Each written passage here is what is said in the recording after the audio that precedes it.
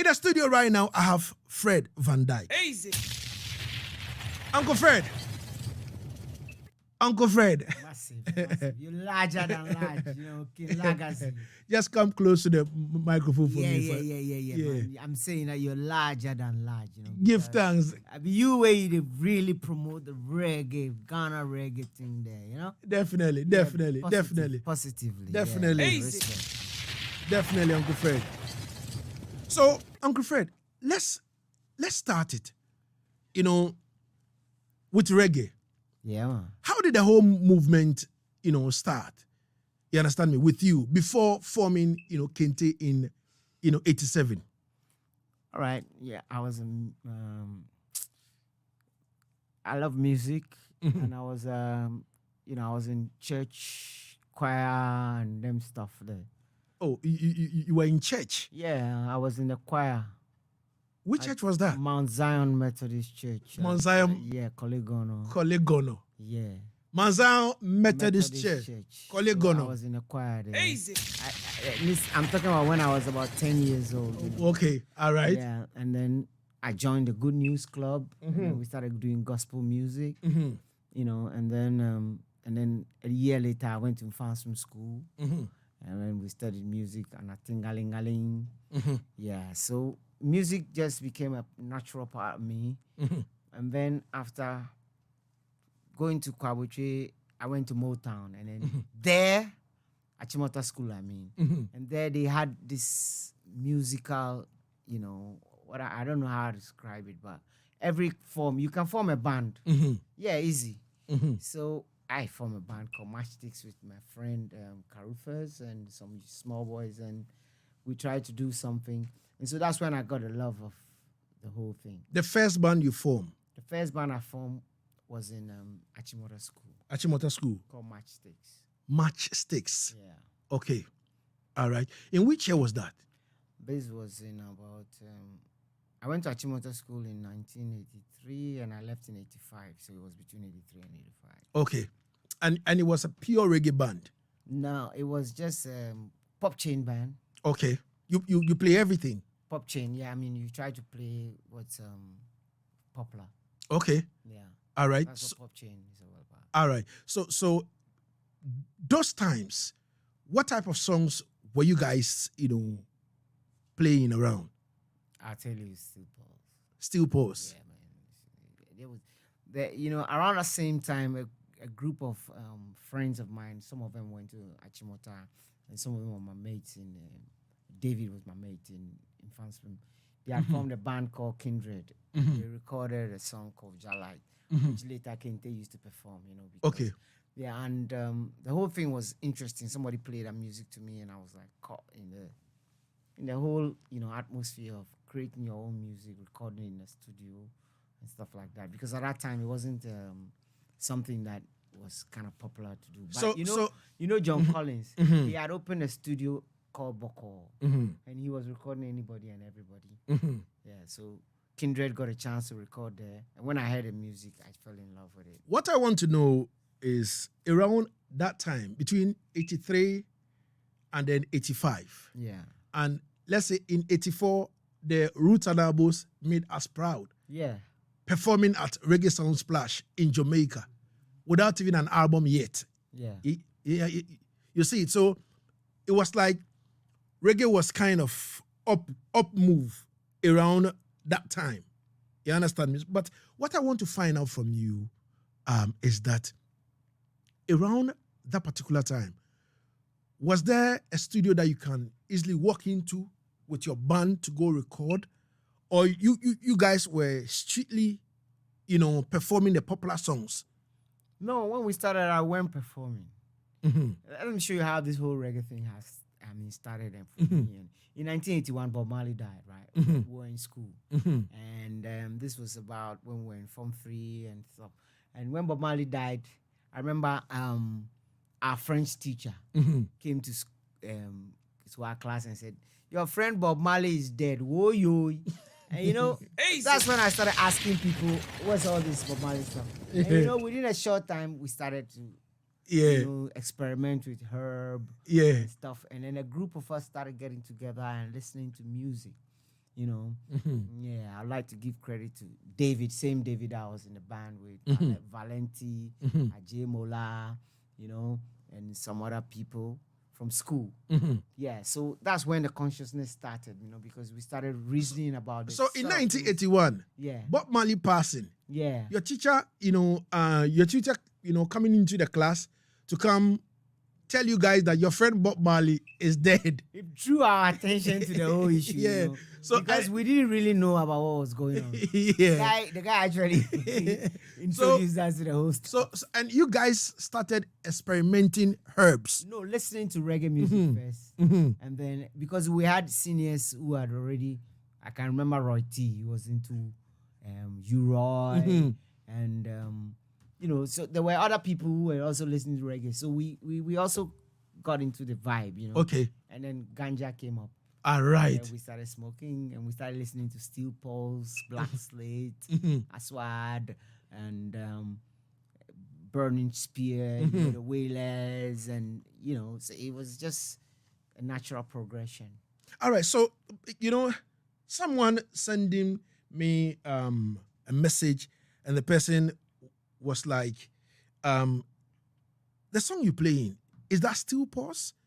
And I'm like, I looked at the message carefully, and I'm like, you're wrong. You understand me? So as I said on air that you're wrong, he was like, who is that? And then I mentioned your name. Now, was it because you were listening to Steel Pulse like, you know, like holistically?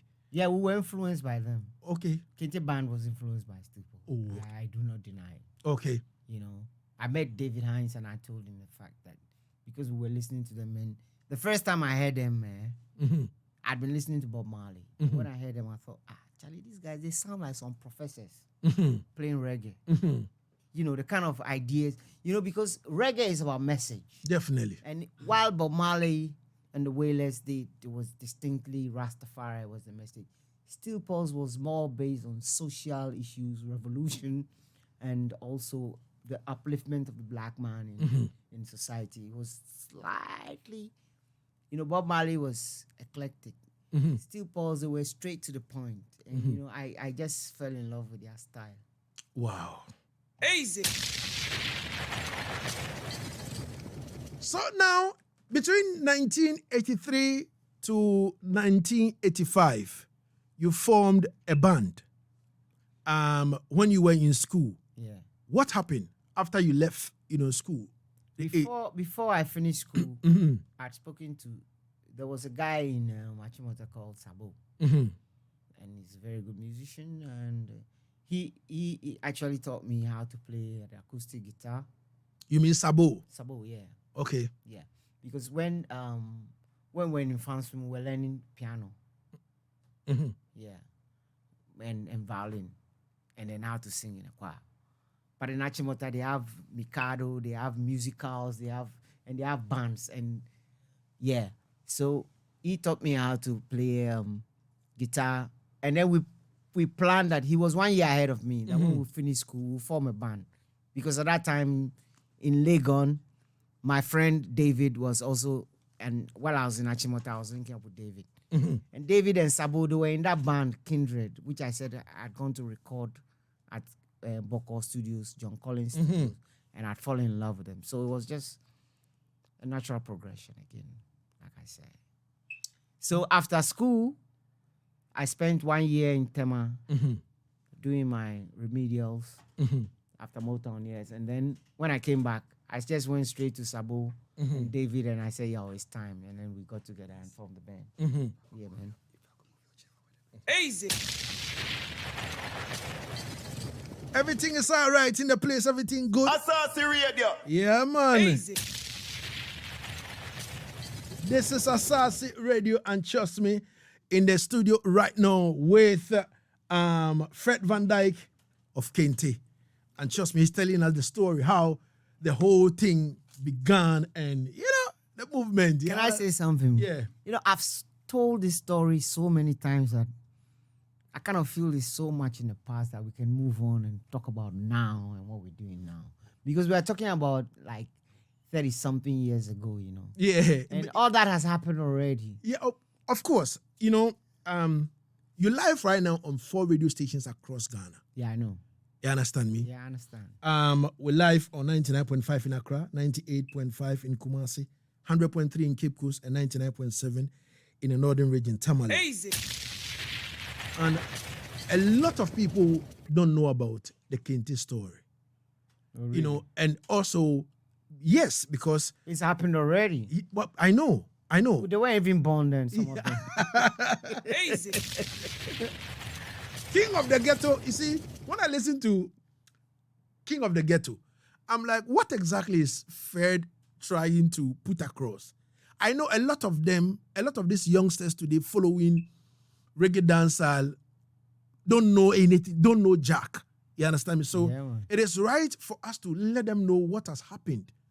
How you people paved the way, for them to come and follow. And also, the followers also following this artist must have a little bit of manners when it comes to, the legends, like yourself. Yes, because you've been there, done that. You've toured Europe. You've been to all those places. Yeah, of course. You see me? So It's a natural progression from what we started doing in all those years before, because when you are consistent in what you do, you just keep progressing, and naturally you get to a point somebody will say, well, I like to take this thing, and then we go touring, and we've done that. Now we want to do it again and bring the message back to the people, because you see, what I realize is this, that today's music is very light. It's ice cream reggae. People talking about their own feelings and girls' feelings and things, because there's a message. Yeah. There's a core message. Yeah. Reggae is a vehicle for promoting certain positive messages. The black man right now is in a situation where we can't joke about our liberty. And when I look at TikTok and social media, I see Ghana people doing concert. Always concert. Easy. Ain't no message. Ain't no message, ain't no message for the people. Yeah. We got to uplift the people, uplift the people, uplift the people. I'll say it again, uplift the people. Definitely. Yeah, because we've been put in a situation through, the imperialistic agendas of other people, through slavery and colonialism and things. We were put in a situation where the African doesn't even know where he's coming from. We are the creators of civilization. And today, our resources, Africa is the largest continent, of course, and the richest. And today we are the poorest people. And that's where the message should come from. How do we uplift our people for them to understand that they are the people who should be ruling this world and not those bomber-clad Babylon people? Please. Bomber-clad is not an insult. It's just a feeling, it's a word. And, Asaase, bomber-clad. Say it again. Bomber-clad, Yeah. And it's an intricately woven web of deceit. And, our politicians are involved, our leaders. They've been involved for centuries. We are selling out to the and the reggae is supposed to be the instrument and the vehicle, that Please, you have to check in between the lines for I. Understand? Because a lot of people are in tune. You understand me? And I don't want them to feel like we want to jump the gun. Please. Easy. Uncle Fred. Yes. legacy. Yes. You know me. You know say the way I talk. No, I know. I'm very passionate about this thing. I know. Into the narrative person. And that's what we're doing now. I will say yeah. I will be decent. All right. Respect, Uncle Fred. Yeah, man. But so from that time, witnessing reggae in Ghana, how was it like, in the 80s as compared to now? Yo, let me show you how it was. You couldn't go on radio or TV with your dreadlocks on. You gotta cover it. Go join Tree or whoever you are. Felix Bell, or they were ahead of us, and we're watching. They wouldn't let them go on TV, or wearing, with their dreadlocks. They got to cover it. That's why we wrote a song called "Band the Tam." It was a way of, we called it. The song was called Discotheque. It was a way of rebelling against the idea of we got to look prim and prime. We've got to dress up nice. We've got to cover our locks. I'm happy the way I'm looking now today. It's militant. Yeah. In those days, you couldn't do that. And you couldn't sing certain things, in the 80s, military rule was in Ghana. You couldn't say certain things. You couldn't, Charlie. Abajibo. No call boy. How are you? Back when I disappear, don't joke with that. So it started out slowly. Roots and Abo, they bust out because they weren't in Ghana. They talk the truth, freedom is no commodity given to the enslaved. It's a shining trophy of struggle, and they quote Kwame Nkrumah and stuff. Roots and Abo, they put Kwame Nkrumah on a pedestal and they all let us see what was happening. And I love that because that was around the same time I was thinking of Charlie we for bust out and record and let the people hear the message. So, Blafonyo Biwa Italian. It was inspirational. Yeah. It was right on time, and then so we started our thing.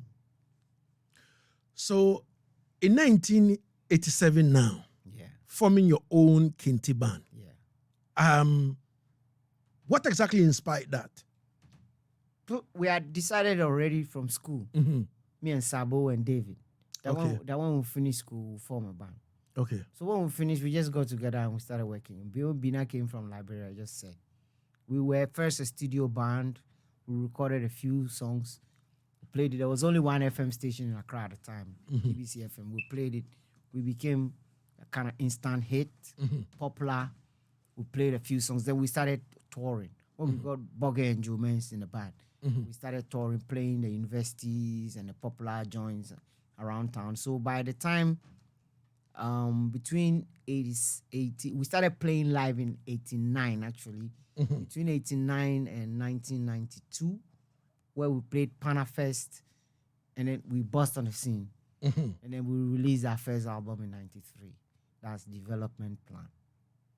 Wow. And Development Plan is about the 7-year development plan, Kwame Nkrumah's development plan. So right from the start, the message was that, we must go back to what we were doing before all the mix-up happened. We must go back to Nkrumah, and that was the thing. Roots and Abo had shown us the way. So development plan was just a follow-up to Civilization. Okay. All right. Wow. So releasing Development Plan in 1993. Yeah.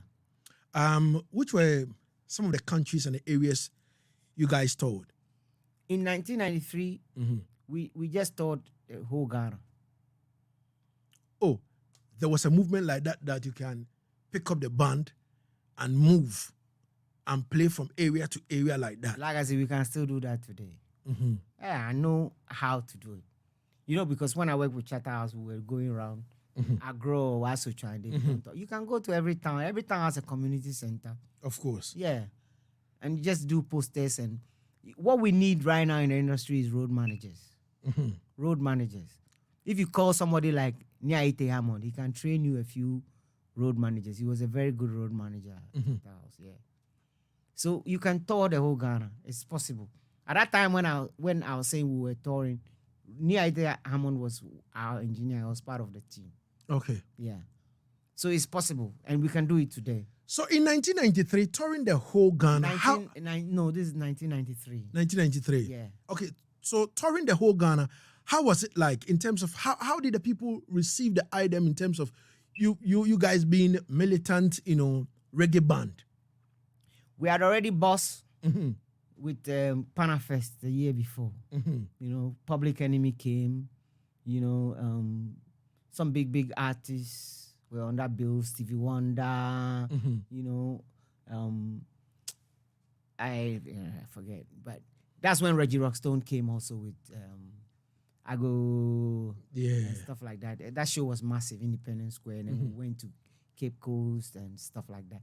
So we had already bossed. And we were already on the radio, so it wasn't difficult. I mean, touring Ghana with our album, you know. You just go and book a venue at Akosombo or Kumasi or anywhere. And we were under management too, so our management managed everything. We had equipment, we had lights, and all we needed to do was just to go, sit in the bus, and travel to a town in Ghana, stay in a hotel, and play a gig. It was cool. For me, it was cool because I just finished school. I just finished film school, and I was having a good time. It was fun. Okay. So apart from that, apart from touring the whole Ghana with the album development plan and all that. Before that, we had even traveled to West Africa, Benin, Nigeria, and stuff like that too. Oh, to play? Yeah, before we got signed. Wow. Yeah, we were just moving. Wow. Then, Uncle Fred, you've enjoyed. I told you I love it. Yeah, of course. Easy. Wow. I would like to know, around that time, how did the people of Ghana received, you guys? They loved it because young people, we were playing the universities, and they were our colleagues, and we were excited. We went to Legon, and we found Rocky Dawuni and his band. Yeah. Local Crisis. Yeah, Local Crisis. We went to Cape Vast, and we found a band called Roots Version, which had Rasbumba as one of their singers. So in traveling around the educational institutions, we were also inspiring younger groups to, come up with the same concept. And we found a lot of reggae groups were founded as a result of what we're doing. Wow. Yeah. Oh, so it means that the people then received you guys very well. Positively. Wow. Ladies and gentlemen, Easy. this is Yaad Settingz on Asaase Radio. My name is King Lagazi. And I'd like to know from you, Fred, apart from Togo, Benin, and other West African countries that you guys toured and all that, talking about Europe, when did the item start touring, abroad? That was around in 1995. 1995 was our first international tour. I mean, like going to Europe. We went to tour Europe in 1995, promoting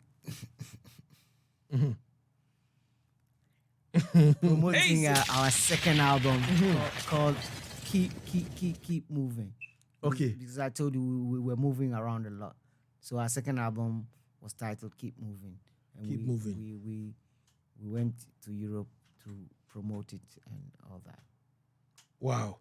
So the first time, reggae band from, Ghana moving out over there, even though Roots and Abo was already there.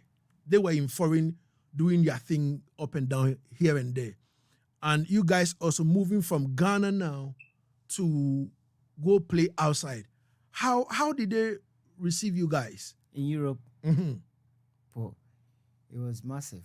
We didn't know, we pretty much didn't know what was going on in Europe.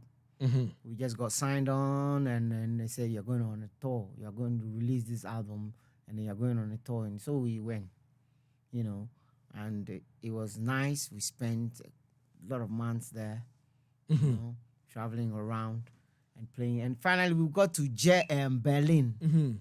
And that's where we met all the musicians that we know from Sometime, Kolobo, Alabi Savage, all the people that we know who had traveled from here and gone to form their bands there, who were very successful. They came to watch us at House the Culture Developed in Berlin. Okay. So that's when we got to meet the Ghanaian musicians. Mostly we were meeting with guys like the Mali youth, and Morgan's Heritage, and we were playing with. But when we got to Berlin now, we got to meet the Ghanaian musicians. It was interesting, and they also welcome us well, nicely. All right, so you've mentioned one, European country that you guys played in, Berlin. Apart from there, which other European countries did you guys play, and which festivals? We played Jura Hills. We played festivals. We played some festivals and we played some clubs. Okay. I can remember places like Cafe Cuba in Essen. Mhm. I can remember some festivals in Ulm and Meskirch, but it's been a long time, 1995 to now. And we were in Flensburg, and basically that was our first time. So Charlie, we didn't keep too much record. You understand? Mhm. And later we went to UK a couple of years later, and then we spent quite some time outside now doing work. Okay, so doing all these things, and Fred coming back home, I am still wondering, why are you not touring? Because in recent times, Max Romeo just announced that road. You understand me? So I'm a bit, kind of worried, or I'm wondering, why are you not touring? I'll give you the story. Yeah. After we did all that, Mhm. we came back,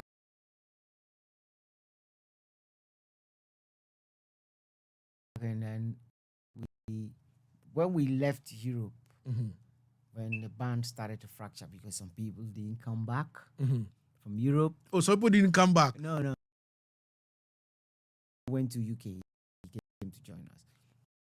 But when we got back to Ghana, there was a fracture in A fracture. an earthquake. Easy.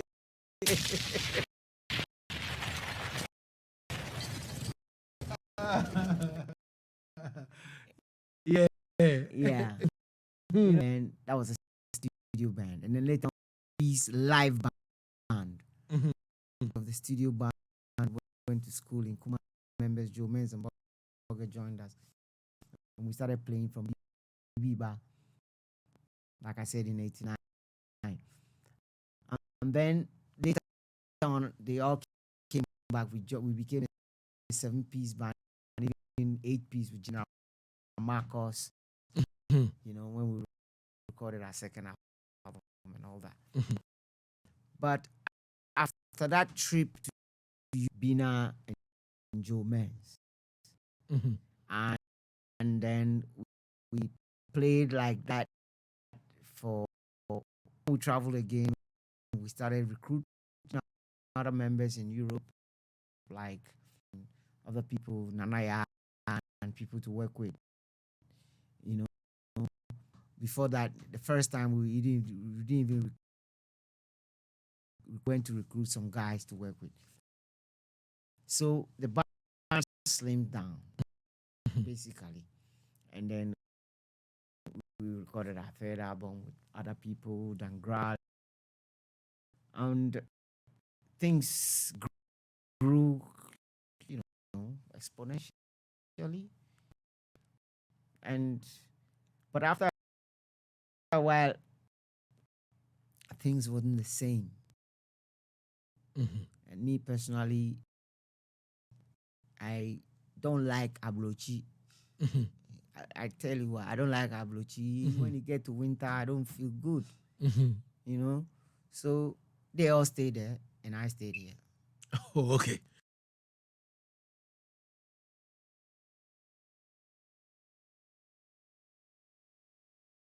So right now, the original members of Kente, I'm here. Okay. Quage is here, Mhm. and I think Boga is here, but the rest of them are outside. Okay. All right. So So we are not touring because we are not together. okay. Yeah, man. All right. So Junior Maestro says, King, please ask if they have their music catalog on digital platforms, where do we access it? Spotify, Mhm. I mean, Apple Music, Mhm. all the, just type in Kente, all the online music shops, Amazon, everything. Okay. YouTube, All right. everywhere. All right. So, what exactly is happening to Fred Kente now? Me. You being the original foundation member of, the Kente band, the rest are outside. In recent times, I had, one-on-one with Sabo, Yeah, nice one. Yeah, he's doing well. You understand me? He released some few songs and all that kind of thing. Emmanuelites. Yeah, Emmanuelite. Yeah. He released some, few songs and all that kind of thing. I'll link you to David too. He's in the States. He's Okay. called Seven Fireside. All right. And he's doing great. All right. Yeah. So, but I keep wondering why you guys don't keep the name Kente, but it's like the only Kente I know now is Fred Van Dyke. Yeah, I keep the name Kente. Yeah. So I brought the name Kente. so why are the others not keeping the name? We can't have 3 Kentes. Okay. There's only one. Easy. Definitely. So, what is happening to Kente now? I'm a music producer, Mm-hmm. content producer, Mm-hmm. video producer. I'm producing other artists in Ghana here right now. Mm-hmm. And I'm getting ready with something massive. Definitely. So, with where the studio where you work, the Kpekpe studio. Yeah. Now, I know you've been working on this Lalibela rhythm Yeah. and all that. How far with that? We're getting very close to releasing the compile. I've already released the rhythm itself. Okay. Yeah, and we're very close to releasing Easy. the Lalibela compilation. Okay. We've got artists like Osajifo, Black Prophet, Conqueror Javibes, Jawise, Ashka from the UK, Xylo the Cricket Soldier, Gold Teeth. If I forget you, I beg. My mind, I'm an old man. Asaase radio. A few people. Yeah. But it's gonna come out, and I hope you help me to promote it. Of course. Yeah. How soon is that going to come out? Very soon, I say. Sooner than Jesus. Easy. Jesus has been coming for 2,000 years. Yeah. It's very soon. Kente, the main reason why I'm asking this is that, I saw this Lalibela rhythm almost like a year ago or 2 years ago. Yeah. Yeah. Things don't happen easy, because artists them come in the Yeah. studio, they work, and I say that, go back and listen to what you've done and see if you can improve on it. And some of them say, I'm done. And I say, no, man, my standards don't work with that. So they got to come back. And so 1 or 2, 3 people. But what I'll start doing is that I'll start releasing those ones that I'm confident that I can do release. Okay. And so I release them in batches. Okay. So let me promise you that within a few weeks Okay. or a couple of months, Okay. you'll start hearing the compilation. All right. Yeah, when I bring them, I beg, make you play them. Yeah? Don't worry yourself, Promote Fred. them you today. Yeah? 15 minutes going into the R1 on Asaase Radio, one-on-one with Fred Dredd. And trust me, I would like to ask this final question and then we can wrap it up. Fred, in terms of you looking into this our industry now, Yeah. reggae dancer, as compared to your time, like musical-wise, instrumentation-wise, lyrical-wise, how do you compare the two? Are we on the same level? Or would you say your time, in terms of the works and all that, were a bit serious more than this time? Well, I'll be cautious to just say our time was more. Listen, our time, there were also slackness. There was a lot of things going on. We were trying to stand out, right? And in this time too, there's a lot of slackness. But I do respect some artists that have broken the bounds of, mediocrity and have moved on. Like, I show respect to Stoneboy, Samini. When I came in here today, you were playing some of Samini's tracks, and a few others. In my work in the studio, I don't tend to listen a lot to what is going on, but there are some people who stand out Yeah, definitely. And then we got to give them. They are working at the level of international level. I mean, Stoneboy, you cannot diss Stoneboy. And you know, it's not. He's international. Yeah. So you happy where Stone Boy is now? Well, he's done a good job for himself, and why not? I should give him credit for that. Of course. Yeah. Of course.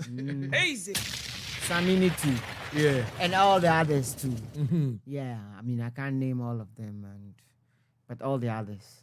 All right. Yeah. So Fred, are you open for artists to come to you for any advice or anything, or do they come to you for advice in terms of songwriting, in terms of rhythm, in terms of anything of a sort? Yeah, constantly I'm working with all the artists. In terms, they ask me for because of my experience. They ask me for advice because I'm working in the studio. I'm no longer just a musician, songwriter, musician, and composer, but I'm also a producer. They come to me with problems like, can you help me work out my lyrics? Can you help me work out my, I have this rhythm, but I borrowed this rhythm from somewhere. Can you help me create a new rhythm? So what I do in the studio is that I make rhythms, and people write these rhythms, and you will hear many of them. But sometimes you see some of the work I do, I go under the name Ajumanko. Okay. It's just work. Okay. Ajumanko. Ejumanko. Yeah. Yeah. Easy. But if I put my name Fred Dread or Kente on it, then say it's my production. Okay. If you come to me for me to produce you, I mean, like it's your production that I'm working on, then it's more like Ejumanko Productions. All right. Inside Kwekwe Studio. Still at Pepe Studio. Yeah, man. Yeah. Yeah, And man. I like to big up my man, Ian Nete, Orokoto. Yeah. And I like to big up the Lalibela Arts and Lalibela Arts and Entertainment CEO. Yeah. Niadonkwe Shamo or Gully Creeper. I like to big up Christopher. Yeah. Tofa Abiola. Yeah. I like to big up the GH Reggae Network, Sajifo and crew. Yeah. And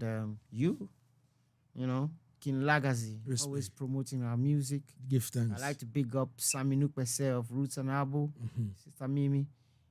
From way back in the start, they gave me the opportunity and the chance, And who else? Yeah, my family, and yeah. All right, Fred. Before I leave you, finally, I think I'm going to end with King of the Ghetto back before we go for the commercial break, and then we can step into other things. But before I leave you, finally, we are in Ghana month. In terms of reggae dancehall, advise the industry as a veteran. Okay, I think that we should work on message. I think that's where our weakness is, message. Because too much self-indulgence, like you're talking about yourself, I'm this, I'm that, or you're talking about, loving some woman, or you're talking about how sweet she is, but our circumstances as Africans requires that we write lyrics and compose music that will create awareness as to where we are as a people, African people, and where we need to be going. It's unfortunate. Civilization is actually ending now. But before it ends, let's make a stance as a people and then try to show that we were the originators of civilization. And these people have come to take what we got and they've messed it up and mashed it up. So that should be our message. So, I think that we are doing everything right. Easy. But we are doing everything right, but we must focus on message. Message that will bring our people, the minds of our people. We need a paradigm shift in our mentality as Africans. We've been portrayed and projected as deplorable people with no, monkeys, cannibals, and stuff like that. And it's been used to economically deprive us of our heritage, because the what would you call it? Right now, where we are now, we are seen as the producers of raw materials, natural resources, not we got a wealth of the world. Of course. And yet people come and they exploit it, and we get some 5%, and our leaders are idiots. And they really sell out to Babylon. And you know, Uncle Fred. I'm against that. And I my know. message, and that's why I'm trying to let the youth know that this is what we should be fighting about. Of we course. should be fighting these octogenarian Of course, but leaders of our people. But Uncle Fred, I agree with you that we should fight for our right and order. But at least if we take insult out, that would be cool. I agree, not really. Sometimes you must, sometimes some old people wait the day, you must tell them that they are old. Yeah. It's not an insult for me to tell you an old man go on retirement so that the young people will take over. Look at what's happening in Nigeria. Yeah. No, I get look you. at what's happening in Cameroon. Look I at get even you. in Ghana, I people sleeping at their desk and all that stuff. We should really empower the young people because they're going to really take over. But unfortunately, civilization is ending, and I don't know whether we can. It's kind of despairing. But me, I don't give up. We're going to push the message forward until we get the front page attention. All right. And that's our message. All right. Uncle Fred, I would like to say thank you so much. Your social media. Social media, I'm on. Easy.